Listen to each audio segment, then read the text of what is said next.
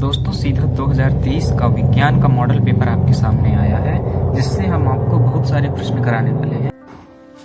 तो फिजिक्स का एमसीक्यू का पहला क्वेश्चन आपके सामने आ चुका है। क्वेश्चन है, किसी वस्तु का अवतल दर्पण द्वारा बना प्रतिबिंब आभासी सीधा व वस्तु से बड़ा पाया जाता है, वस्तु की स्थिति कहाँ होनी चाहिए? बताइए। दोबारा रिपीट करता हूँ, किसी वस्तु का अवतल दर्पण द्वारा बना प्रतिबिंब आभासी सीधा व वस्तु से बड़ा पाया जाता है, वस्तु की स्थिति कहाँ होनी चाहिए? मुख्य फोकस तथा वक्ता केंद्र के बीच होनी चाहिए, वक्ता केंद्र पर होनी चाहिए, वक्ता केंद्र से परे।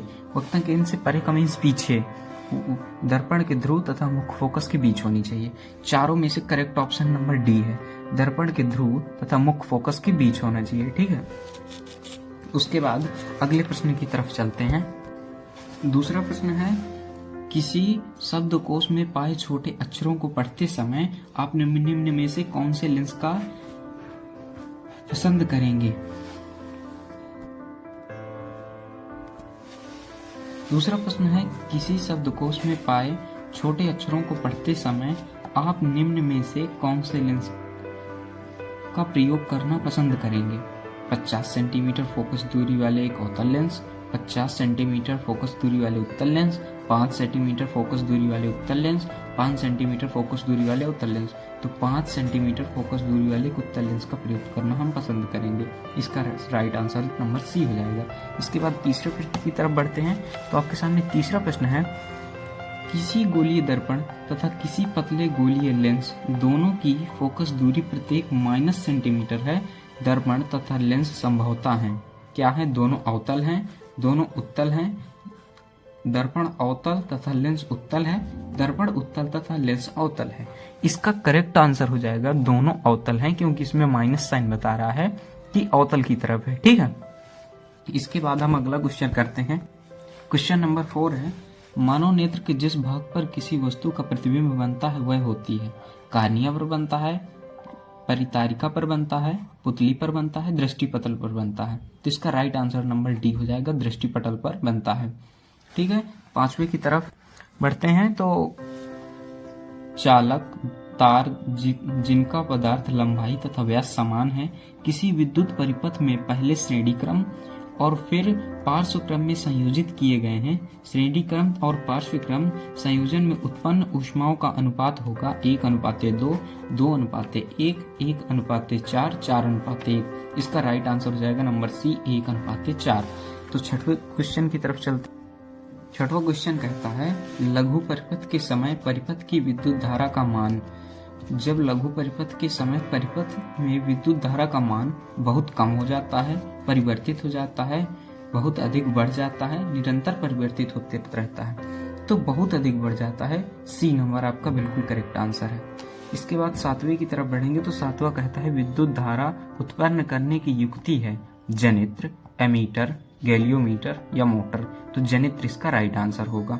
इसके बाद आठवें प्रश्न की तरफ चलते हैं। एंटीमनी है, एंटीमनी क्या है? धातु है, अधातु है, मिश्र धातु है या उपधातु है? तो ये अधातु है। लेड नाइट्रेट का रासायनिक सूत्र, लेड नाइट्रेट का रासायनिक सूत्र क्या है? तो ये तो आपके टीचर ने बताया होगा, PbNO3 का होल ट्वाइस लेड नाइट का रासायनिक सूत्र है। तो देखिए, पेपर सरल ही होता है, पेपर कोई कठिन नहीं था पिछली बार का। तो इसकी फुल तैयारी आपको करके जानी है। और 10वां क्वेश्चन देखिए, निम्न में से असंतृप्त हाइड्रोजन क्या है? तो पहले तो आप समझिए असंतृप्त हाइड्रोकार्बन क्या है। जिस कार्बन और कार्बन के बीच डबल बॉन्ड हो उसे असंतृप्त हाइड्रोजन कार्बन कहते हैं। तो इसका राइट आंसर क्या हो जाएगा बताइए? C2H6 हो जाएगा, या C2H4 हो जाएगा, या CH4 हो जाएगा, या C3H8 हो जाएगा। तो इसका बी आंसर राइट है, C2H4 इसका राइट आंसर होगा। इसके बाद 11वें नंबर के प्रश्न पे चलते हैं। तो 11वें नंबर का प्रश्न कहता है, प्रोपेन में क्रियात्मक समूह है।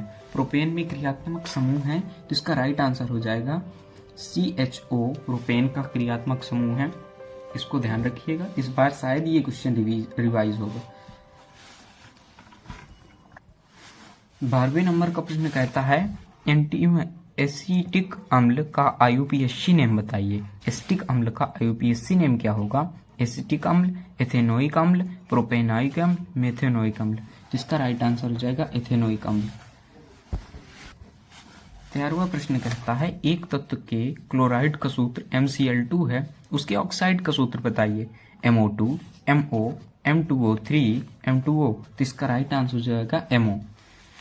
और इसके बाद यहाँ से क्वेश्चन आपके खत्म होते हैं और यहाँ से आपके बायोलॉजी के क्वेश्चन स्टार्ट होते हैं। तो आपके यहाँ तक फिजिक्स और केमिस्ट्री के क्वेश्चन खत्म हो चुके हैं। तो आइए बायोलॉजी के क्वेश्चनों की तरफ बढ़ते हैं। वृक्कों का कार्य है, वृक्कों का कार्य क्या है? तो पहले समझिए वृक्क क्या है। वृक्क कहते हैं आपके फेफड़ों को। तो फेफड़ों का कार्य क्या है? श्वसन करना। ये बड़ा आसान है। फिर आइए इधर, तो पत्तियों पर कलियां विकसित होती हैं। पत्तियों पर कलियां विकसित होती किसमें? पुदीना में, आलू में, इन सभी में, या फिर ब्रायोफिलम में। तो ब्रायोफिलम इसका राइट आंसर हो जाएगा। और आप देख लीजिएगा, अनुवांशिकी विज्ञान के जनक हैं। अनुवांशिकी विज्ञान के जनक कौन है? ये सबको पता है, ग्रेगर जॉन मेंडल अनुवांशिकी के जनक हैं। और इसको आपको याद रखना है, ये मोस्ट इंपॉर्टेंट प्रश्न है। इसको मोस्ट इंपॉर्टेंट हेडिंग लाइन लिख के इसको अपने माइंड में अभी नोट कर लो, ठीक है।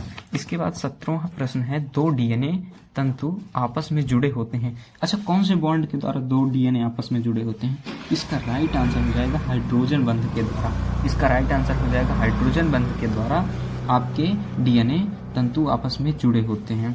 इसके बाद 18वें नंबर का प्रश्न है, मुकुलन द्वारा प्रजनन होता है। मुकुलन द्वारा प्रजनन होता है हाइड्रा में, केचुए में, तिलचट्टा में, या कबूतर में। तो इसका राइट आंसर हो जाएगा हाइड्रा में। हाइड्रा में क्या होता है? मुकुलन द्वारा प्रजनन होता है। 19वें नंबर का प्रश्न है, मेंडल का प्रायोगिक पौधा क्या था? तो मेंडल ने अपने प्रयोग में किस पौधे का इस्तेमाल किया था? ऐसे भी आ सकता है क्वेश्चन। तो मीठी मटर का, या उद्योग मटर का, या सरसों का, या गुड़हल का। इसका राइट आंसर हो जाएगा कि उद्योग मटर। उसके पास एक उद्योग का मीन्स बगीचा था, उस मटर का प्रयोग किया था मेंडल ने अपने प्रयोग में। और 20वें नंबर का लास्ट प्रश्न है, निम्न में से कौन सा मादा जनन तंत्र का भाग नहीं है? अंडवाहिनी, गर्भाशय, पिंडवाहिनी, या शुक्रवाहिनी। तो इसका राइट आंसर नंबर सी हो जाएगा, शुक्रवाहिनी मादा जनन तंत्र का भाग नहीं है। और यहाँ से आपका बी स्टार्ट होगा। तो मैं आपको एक बार बताता हूँ कि फिजिक्स के और केमिस्ट्री के, बायोलॉजी के आपके कितने कितने रहने वाले हैं MCQ। तो यहाँ पर फिजिक्स के हमारे 7 क्वेश्चन मिले हैं, केमिस्ट्री के हमें 6 क्वेश्चन मिले हैं, और बायोलॉजी के भी हमें 7 क्वेश्चन मिले हैं। अगर आपको वीडियो पसंद आया हो तो प्लीज इसको लाइक एंड सब्सक्राइब करिए। और इसका पार्ट 2 में हम आपकी ये जो छूटे हैं ना खंड बा, इसको पूरा सॉल्व कराएंगे एक रफ में। तो अगर वीडियो पसंद आया हो तो सब्सक्राइब करिए और लाइक